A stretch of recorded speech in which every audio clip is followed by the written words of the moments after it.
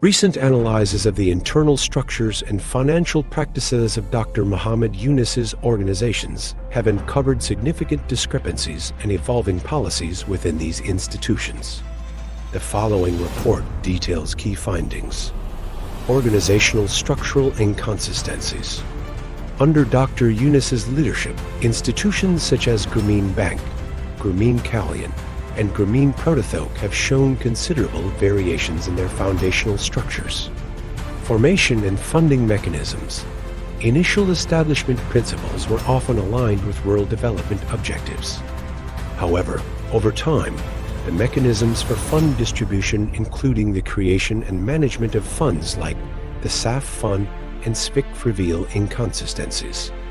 The allocation and reallocation of these funds have raised concerns about transparency and accountability. Institutional autonomy and coordination. There is clear evidence that internal coordination between different branches has deteriorated. The evolving roles of various advisory bodies and the divergent approaches in policy implementation point toward a need for comprehensive restructuring to ensure uniform operational standards across all institutions. Shifts in internal policies and administrative reforms. The evolution of internal policies within these organizations reflects a transition in management strategies and operational focus. Policy revisions and leadership transitions. The changes in internal governance, exemplified by the gradual shift in policy frameworks and the reorganization of leadership structures, have led to operational ambiguities. For instance, the strategic move to realign the management of Grameen Kalyan and Grameen Telecom suggests that earlier, well-defined objectives have given way to a more complex, sometimes fragmented decision-making process. Financial practices and loan management. Reports indicate that the methods of loan disbursement and interest imputation, such as the imputed interest scheme implemented in the 1990s, have been inconsistently applied.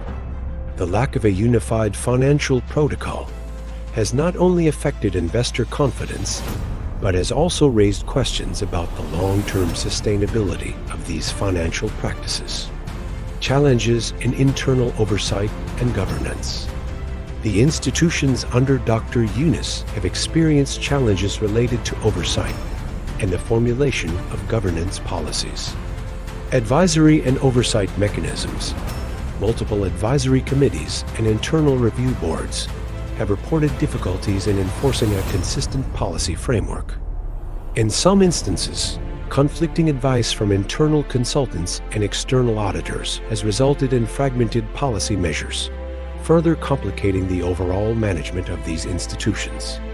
Implications for long-term institutional stability.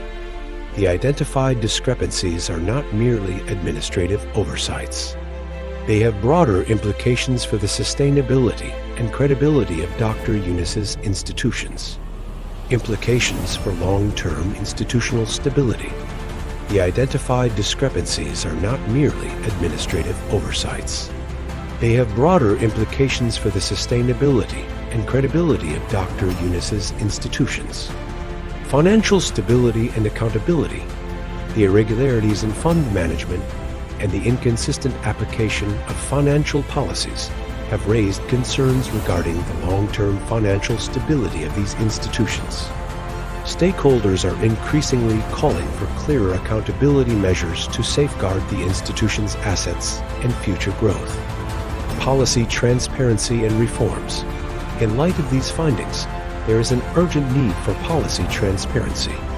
Implementing a centralized governance model may help in unifying the various operational facets of the institutions, thus ensuring that financial and administrative practices are in line with both national objectives and international standards.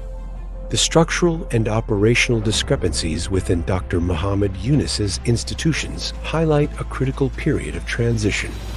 With significant shifts in internal policies, financial practices, and governance models, these institutions face the challenge of aligning their initial mission with current operational realities.